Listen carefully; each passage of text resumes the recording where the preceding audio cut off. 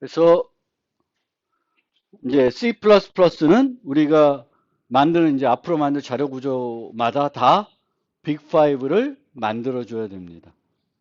동적 자료 구조니까. 그게 배열을 쓰든 연결 구조를 쓰든 다 필요합니다. 그 다음에 이제 다른 애들은 이제 그 빅5 같은 걸 만들 이유는 없지만 복제하는 기능을 추가적으로 만들고 싶으면은 자바 같은 경우에는 이런 클론이라는 메소드를 만들어 줘야 돼요. 그리고 이 클론을 만들 때도 예, 얕은 복사, 깊은 복사 개념을 이해하고 있어야 되죠. 그래서 이렇게 복사 생성자를 만든 이유도 시스템에 제공하는 멤버 와이즈 카피로는 부족하기 때문에 딥 카피라도 이렇게 만든 거예요. 딥 카피 한다는 건 다시 또 이렇게 카피를 한 거죠. 새로 공간 만들고 복사한 거예요. 그래서 여기도 마찬가지로 이제 만들 때 이제 자바에서는 얕은 복사하는 기능을 그 맨 꼭대기에 있는 오브젝트 클래스에 만들어 놨어요. 그래서 걔를 이용해서 복제를 하면 돼요. 그래서 위에서부터 쭉 내려오면서 클론을 쭉 잘 만들었다 그러면 맨 마지막 거 만들 때는 부모의 클론을 불러서 복제를 하고 이 클래스에 추가된 멤버 변수 중에 딥 카피가 필요한 애들 그런 애들만 추가적으로 또다시 복제를 해주면 됩니다. 근데 얘는 스택은 부모가 오브젝트일 거고 여기에는 원시 타입 두 개랑 동적 배열 하나 있으니까 이걸 통해서 원시 타입은 복제가 잘 되는 거고 얘를 통해서 동적 배열만 하나 더 만든 형태가 되는 거게 되겠습니다. 자바의 클론도 되게 복잡한 요소이긴 해요. 그래서 저거는 자바를 좀 배우고 나서 이제 좀 보시면 될 것 같고 어쨌든 자바에서는 이제 자료 구조 만들 때 이런 기능의 추가가 필요할 수도 있다. 우리 수업에서는 잘 안 만들 거예요. 그렇고요. 그 다음에 또 복잡한 얘기인데 이제 초기값 목록 자료 구조를 우리가 쉽게 쓰려 그러면은 만들 때 그 여러 형태의 생성자를 제공해 줘요.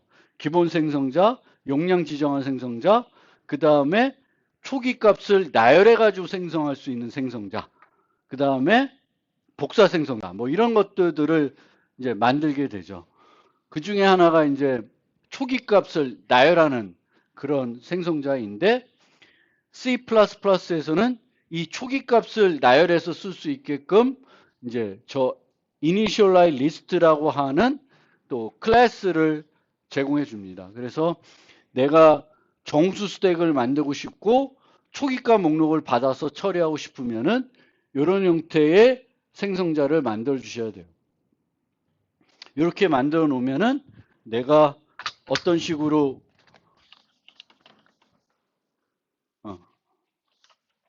쓸 수 있냐면 이렇게 쓸 수 있어요. 5, 1, 2, 3, 4 막 쭉 나열해가지고 만들어주면 그 요소들이 스택에 추가된 상태로 스택을 만들어주는 거죠.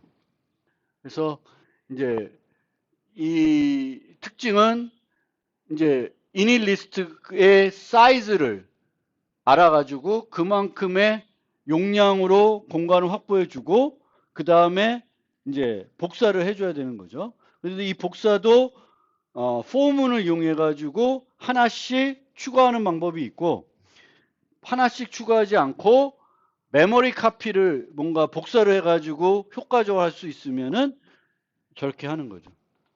그래서 이것도 특징에 따라서 저 SD 카피를 메모리 복사를 쓸 수 있고 메모리 복사를 쓰기가 어려울 수도 있습니다. 그래서 이 스택 같은 경우에는 이제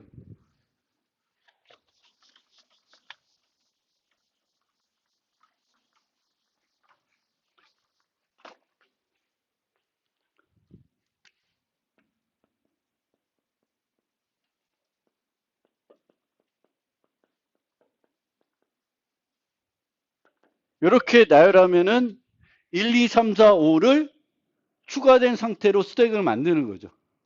그러면 이거의 의미는 1을 추가하고 2를 추가하고 3을 추가하고 4를 추가하고 5를 추가하는 거예요. 그럼 스택 톱에는 뭐가 있는 거예요? 5가 있는 거죠. 그러면 배열에다가 우리가 넣으면 1, 2, 3, 4, 5 이렇게 넣으면 되는 거죠.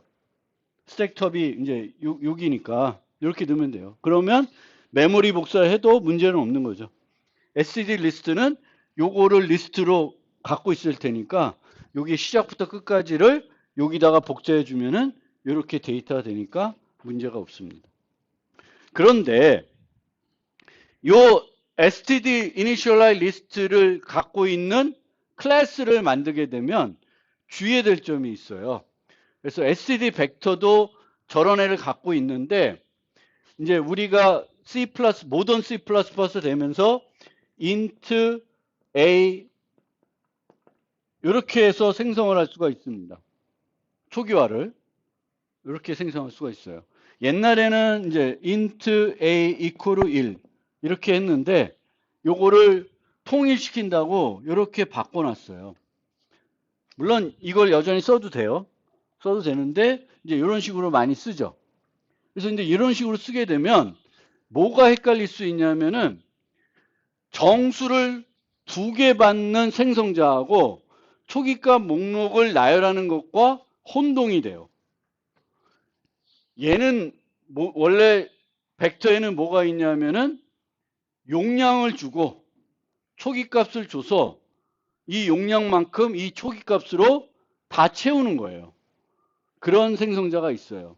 근데 얘와 얘가 혼동스러우니까 어떻게 규정하고 있냐면은 중괄호를 이용해서 초기화를 하는데 중괄호 이니셜라이즈 리스트를 받는 생성자가 있으면 그게 더 우선이 돼요. 무슨 말인지 알겠어요?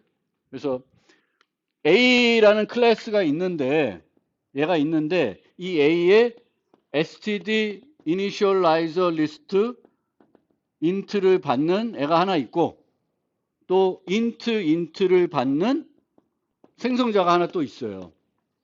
그러면 내가 A 1, 2 쓰면 요로 간다, 요로 간다.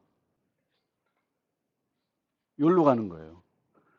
근데 내가 그럼 요거 쓰고 싶다. 그러면 예전 방식인 가로를 쓰시면 요로 가요.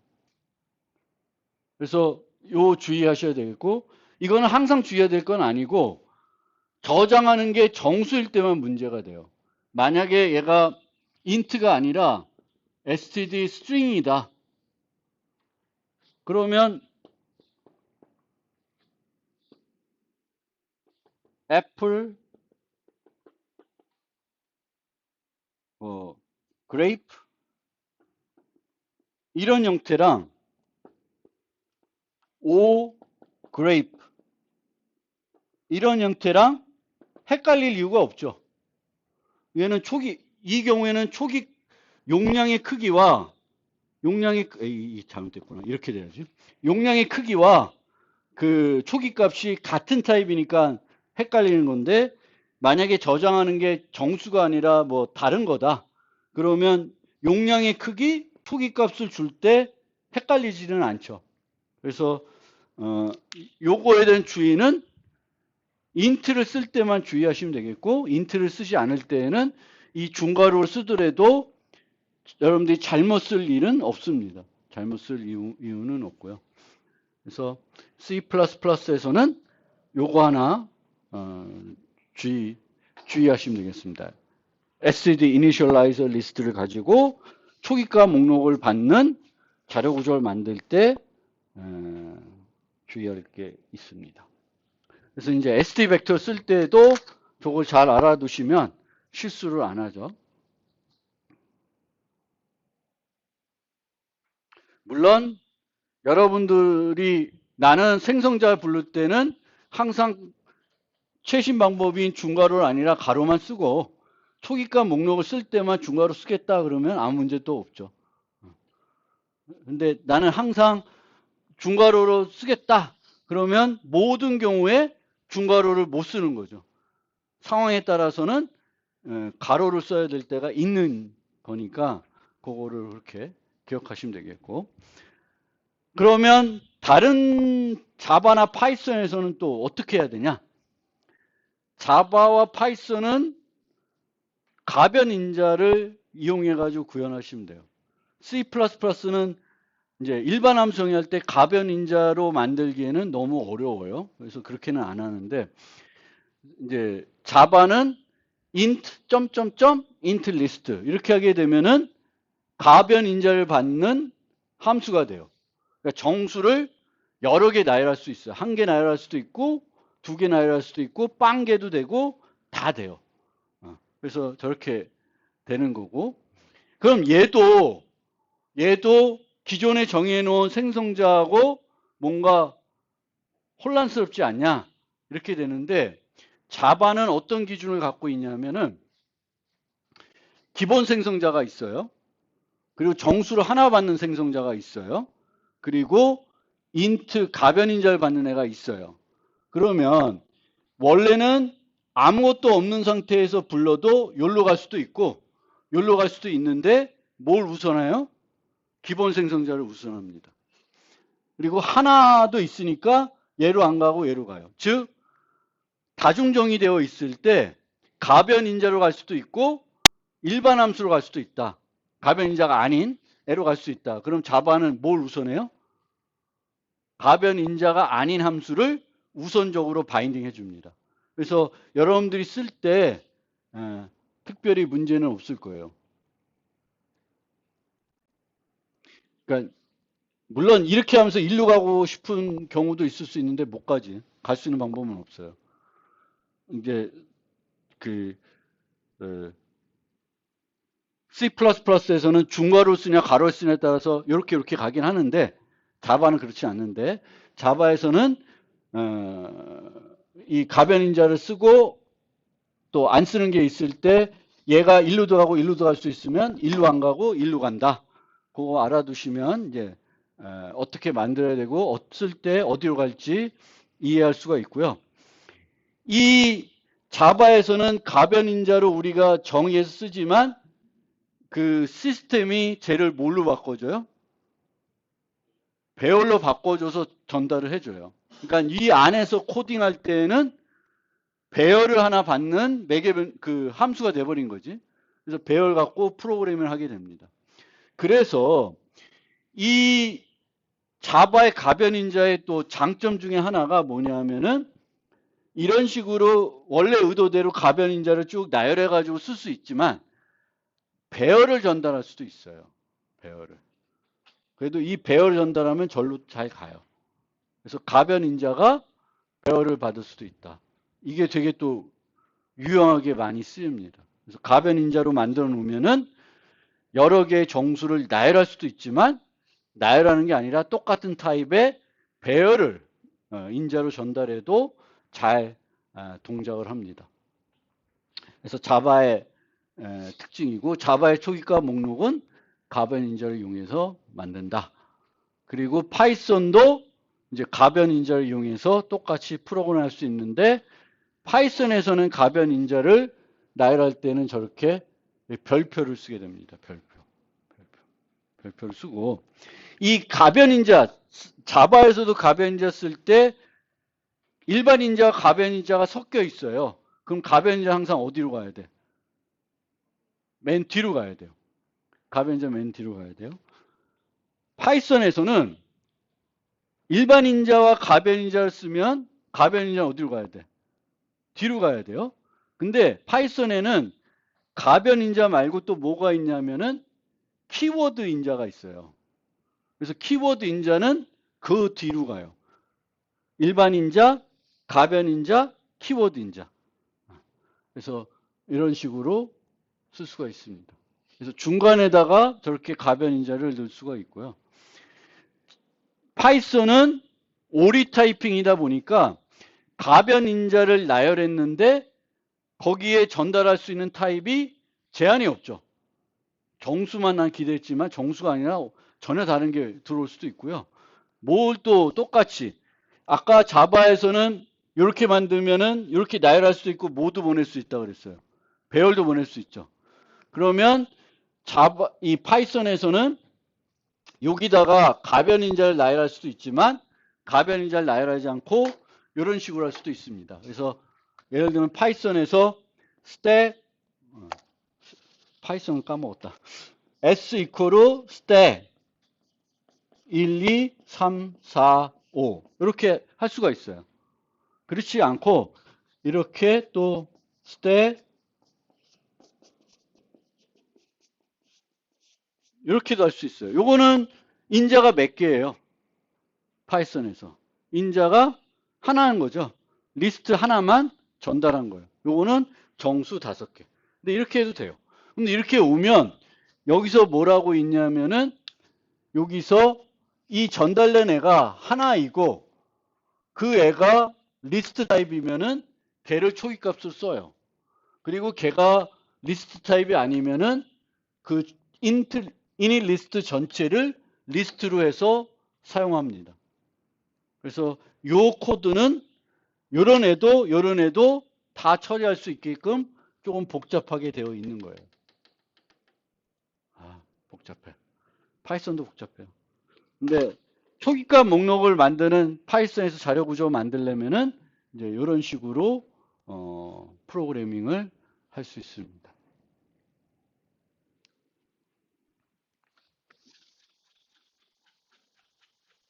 그러니까 자료 구조 만들 때 초기값 목록을 나열하는 생성자를 만들 필요가 있고 각 언어에서 어떻게 만드는지를 좀 설명드린 거고요. 그 다음에 이제 빅5와 관련된 얘기인데 소멸자가 C++는 필요하죠. 근데 자바, 파이썬은 소멸자가 자바는 아예 소멸자가 없고 파이썬은 소멸자가 있지만 그런 용도로 활용할 우리가 뭔가 동적 생성한 거를 반납하는 용도로 그 소멸자를 재정의해서 사용하지는 않습니다. 그리고 이제 이 자바 파이썬에서 알아서 반납해 주니까 좀 더 빨리 반납해 주기 위해서 이제 이 변수들을 넌으로 바꿔준다든지 자바에서 널로 바꿔줄 수도 있는데 그거가 만약 비용이 간단하다 그럼 그렇게 해도 좋아요. 근데 비용이 많이 든다 그러면 그렇게 하는 건 오히려 성능을 안 좋게 만듭니다. 그러니까 예를 들면 배열을 만들었는데 이 배열이 쓸모가 없으니까 그 배열에 있는 요소들을 다 널로 바꿔줄 필요는 없습니다. 오히려 그 비용이 더 많이 들어가는 거예요.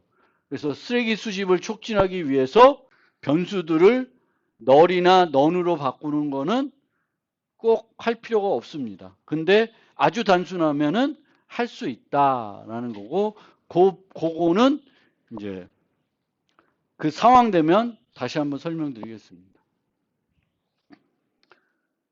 자, 이제 동적 배열을 만들 때 2배 기존 공간이 꽉 찼어요.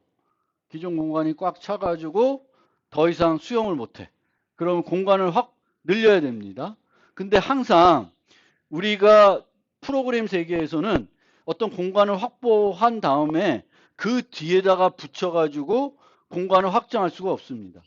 왜냐하면 확보한 다음에 그 다음 그 뒷공간에 뭐가 있을지는 알 수가 없습니다. 또 뭘 쓸 수도 있고. 그래서 항상 내가 이만큼 공간을 썼는데 부족해. 그러면 다른 데다가 이만큼 새롭게 만들고 기존 데이터를 옮겨줘야 됩니다. 그래서 동적 배열을 확장할 때 이제 그런 식으로 진행을 합니다. 그래서 요 코드들은 2배로 늘리는 작업을 하는 거예요. 2배로 기존 데이터를. 물론 이제 C++ 같은 경우에는 용량을 2배로 늘리고 템프라는 공간에다가 그 2배 늘린 용량만큼의 공간을 확보합니다. 그리고 이 공간에다가 기존 데이터를 복사를 해요.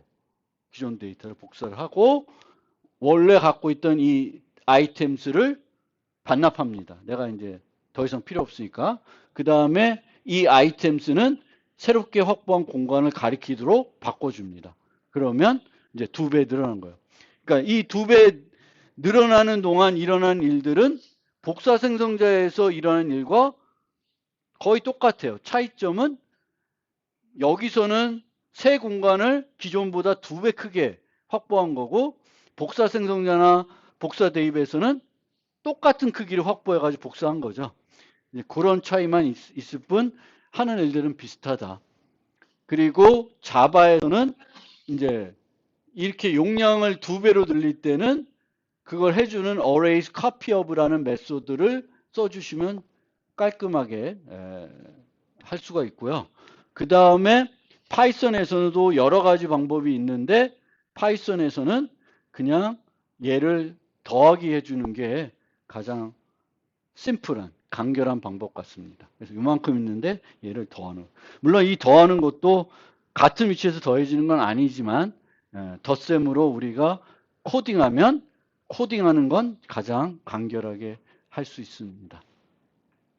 그럼 꼭 2배로 늘려야 되냐? 그렇진 않고요. 근데 어떤 방법을 쓰냐면은 1배 이상 늘려요.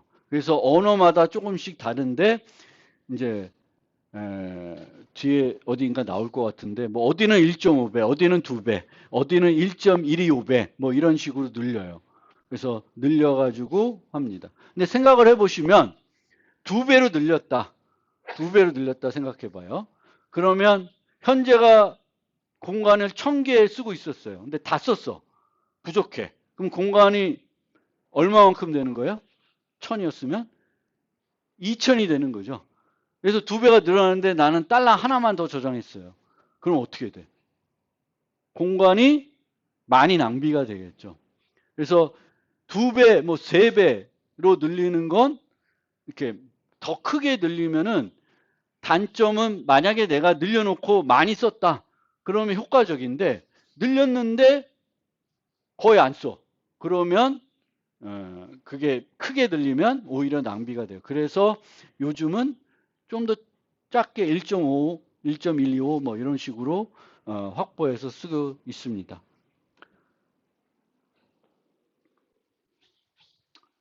그리고 파이썬을 좋아하시는 분들은 이 3개의 차이를 한번 알아보시면 좋을 것 같아요. 그러니까 어떤 애는 A의 주소가 바뀌고 어떤 애들은 A의 주소가 안 바뀝니다. 효과는 똑같아요. 효과는 똑같습니다.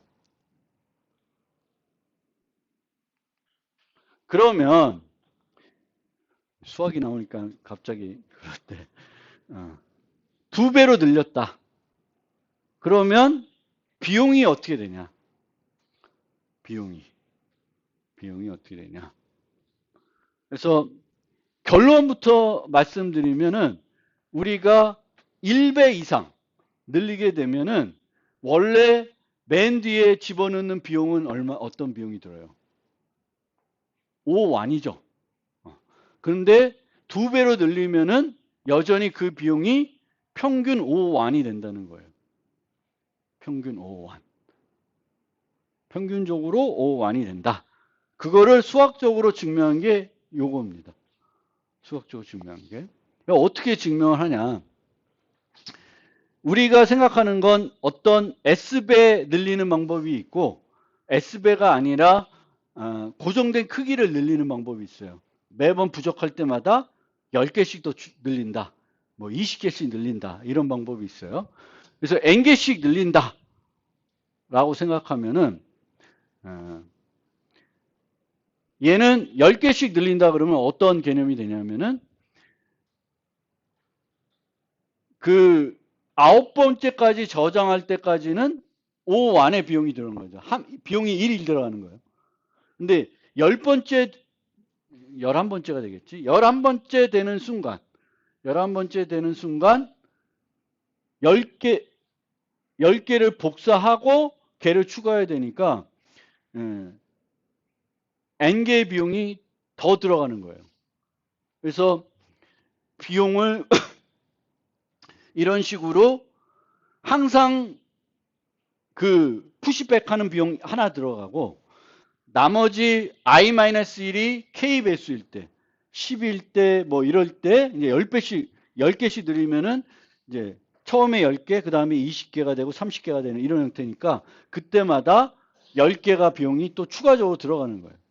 그러면 얘를 우리가 분석을 해보면은 이 CI들이 N개를 저장한다 그러면은 이 N개를 각각마다 들어가는 비용이 있겠죠. 그 비용을 다 계산을 하고 평균 비용이니까 뭘로 나눠주면 돼? N으로 나눠주면은 평균 비용이 나오는 거죠. 하나씩 비용이 들다가 요때 많이 들고 또 하나씩만 드는 거죠. 그래서 늘고 하나씩 들고 늘고 그러면 이 전체를 N으로 나눠 보면은 어떤 식이 되냐면은 늘 N이 드는데 그러니까 1이 들어가는데 요때 요 순간만 이제 K배 들리면 10배씩 들리면 KJ 비용이 들어가는 거예요. 10, 20, 30 이렇게 들어가는 거예요. 그럼 얘를 풀면 이렇게 돼요. 이렇게 돼요. 뭐 해보면 뭐 어려운 수학은 아니니까 이렇게 되는데 얘를 이제 우리가 평균 비용을 계산해 보려면 n으로 나눠 보면 되니까 여전히 n이 남겠죠. n제곱이니까 n으로 나누면 n이 돼요.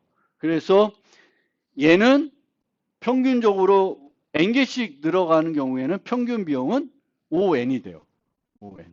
그런데 두 배씩 늘어가는 경우에는 이제 요때마다 2의 거듭제곱으로 비용이 들어가는 거죠. 빵일 때, 그러니까 1일 때, 2일 때, 4일 때, 8일 때, 16일 때, 32일 때, 64일 때 이런 식으로 그때그때마다 비용이 들어가는 거예요. 그거를 n으로 계산해 보면은 얘는 이렇게 돼요. 이렇게 되고 얘를 n으로 나눠 보면은 여전히 5완이 되는 거예요. 5완. 만약에 2배로 늘리지 않고 1.5배로 들리면은 로그 2가 아니라 1.5가 여기 들어가요. 그래서 식은 비슷하게 나와요. 지수만 바뀌는 거지 결론적으로는 차이가 없습니다. 그래서 2배로 확정하면은 평균 비용은 5완이다. 5완. 그러니까 조금씩 들어가다가 확 늘고 그 다음부터는 되게 적은 비용으로 우리가 처리하는 거니까 평균적으로 보면 5완이 된다는 거예요. 그래서 우리가 이렇게 동적 배열을 만들 때는 고정된 크기를 조금씩 늘리는 게 아니라 어떤 비율을 고려해서 처음엔 조금이지만 그 다음부터는 더 커지죠. 그러니까 1.5배는 처음에는 10개 있으면 15개지만 그 15개의 또 1.5배가 되니까 계속 늘려지고 하는 크기는 커지죠. 얘는 계속 10씩만 들어가니까 그게 이제 선형 비용이 들어가는 거고 얘는 현재 크기가 크면 거기에 비례해서 늘리기 때문에 평균 비용을 우리가 수학적으로 계산해 보면은 5완이 된다. 그래서 여러분들이 그 문서 같은 거 보면은 영어가 안 나와 있는데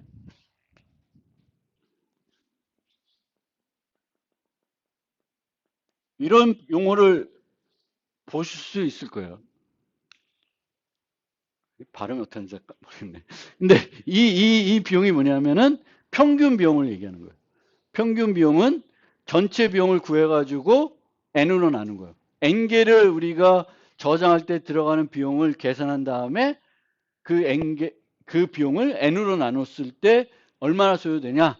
그걸 본 게 amortized cost라고 하는데 여러분들이 보면은 S3 벡터나 어레이 리스트나 리스트에서 우리가 뭔가 어펜드하는 거나 파이썬에서 어펜드하는 거는 amortized cost는 5완이라고 나올 거예요. 5완이라고 나오는 이유가 그렇게 되는 거예요. 그래서 요게 이제 분할 상환 분석이라고 그래요. amortized cost가 우리말로 하면 분할 상환이고 평균 비용을 계산하는 형태가 되겠습니다. 그래서 우리가 동적 배열을 구할 때는 이제 이렇게 구하고, 보통 2배로 확장하지만 어레이 리스는 1.5배, 파이썬은 1.125배예요. C++의 경우에는 그 라이벌을 만든 사람마다 다르더라고요. 같지가 않아요. GCC 라이브러리가 쓰는 S3 벡터를 늘리는 비율하고 비주얼 스튜디오 MS에서 만든 C++ 라이브러리에서 늘리는 비율이 달라요. 그러니까 C++는 그 컴파일러 만드는 회사마다 그 늘리는 비율이 다르지만 어떤 일정 크기를 늘리는 게 아니라 이 분할상한 분석의 원리에 따라서 S배를 늘립니다. 파이썬이 가장 적게 늘리고 있어요. 1.125배. 어레이리스는 1.5배.